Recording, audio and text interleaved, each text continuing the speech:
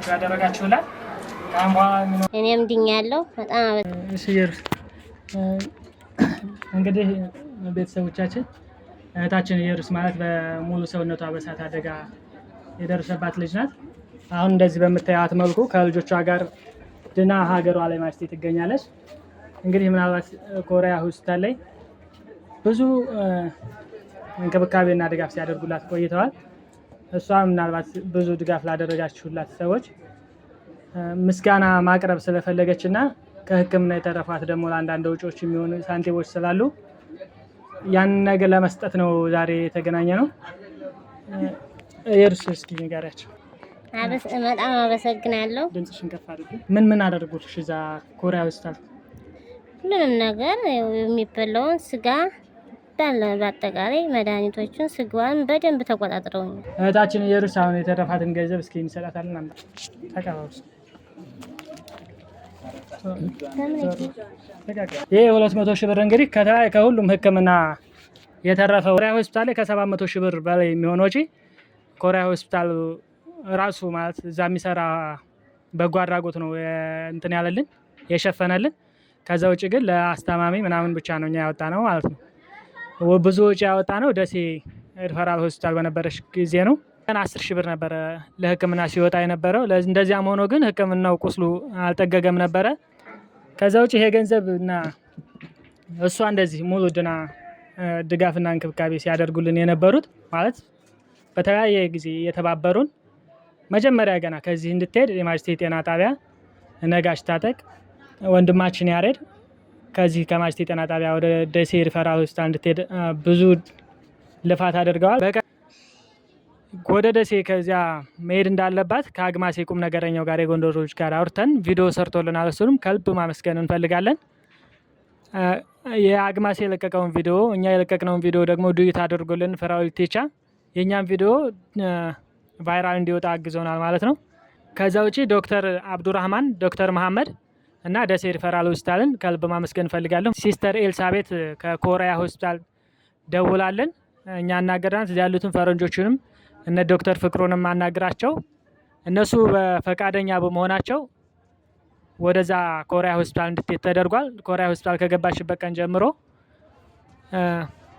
ሙሉ ወጪውን ኮሪያ ሆስፒታል የሚያስፈልገውን ወጪዎች ምግቧም ስጋ እየመገቡ ከሚያስፈልጋት በላይ በቃ ወተት ሙሉ ነገሩን እየሸፈኑ እንክብካቤ ሲያደርጉላት ቆይተው እህታችን ተልታ ቆስላ የነበረች እህት እንደዚህ ቁጭ ብላ ከልጆቿ ጋር እንደዚህ ለምስጋና ቀርበዋል ማለት ነው።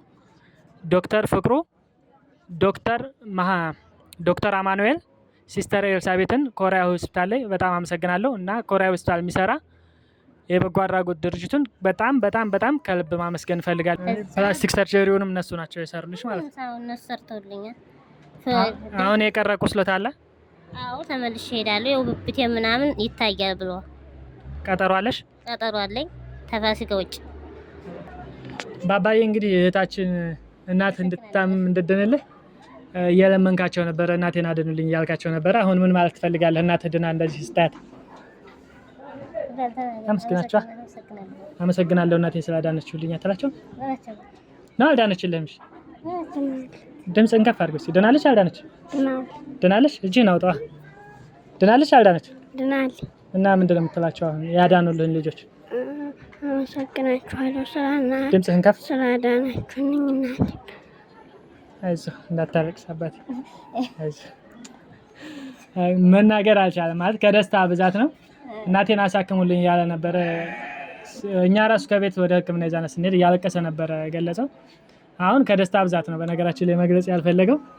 አሁን እዚህ ማጅቴ ከመጣች ወዲህ ቅድመ ለሰብ በጎ አድራጎት ማህበር ቤት ተከራይቶላታል። ፍራሽ ምናምን ሁሉ ነገር ቀለቦቿ ምናምን አዘጋጅቷል። ይህም ገንዘቡ አለ። ከአሁን በኋላ እሷን መደገፍ የምትፈልጉ አካውንት አስከፍተንላታል።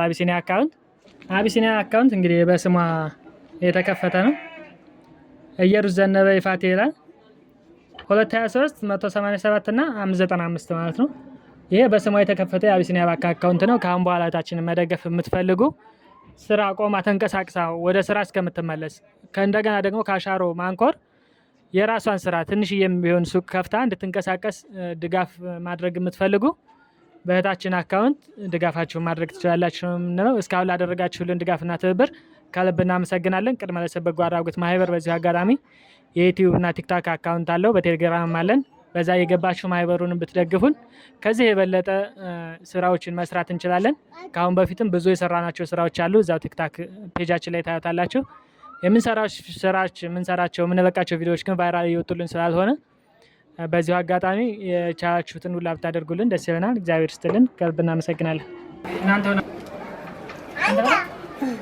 ማመሰግነው ሁሉንም ነገር ያደረጉልኝን አመሰግናችኋለሁ።